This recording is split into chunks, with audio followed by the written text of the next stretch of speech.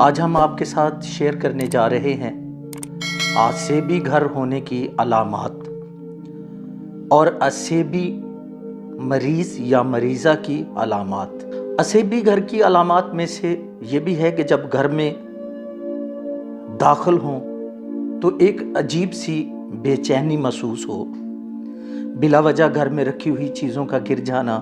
دل بوجھل سا ہو جانا، بعض کمروں میں ٹھنڈک معمول سے زیادہ ہونا، عجیب سی گھبراہٹ محسوس کرنا، رات کو قدموں کی آوازیں سننا، بعض اوقات تنہائی میں ایسے محسوس ہونا کوئی آواز دے رہا ہے، نمازی افراد کا نماز سے دل اچاٹ ہو جانا، ذکر اذکار اور قرآن سن کر گھبراہٹ محسوس کرنا، سر درد ہونا، کاندھوں پہ بوجھ محسوس کرنا،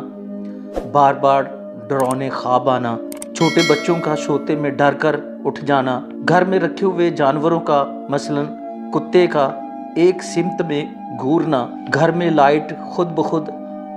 آن ہو جانا یا آف ہو جانا،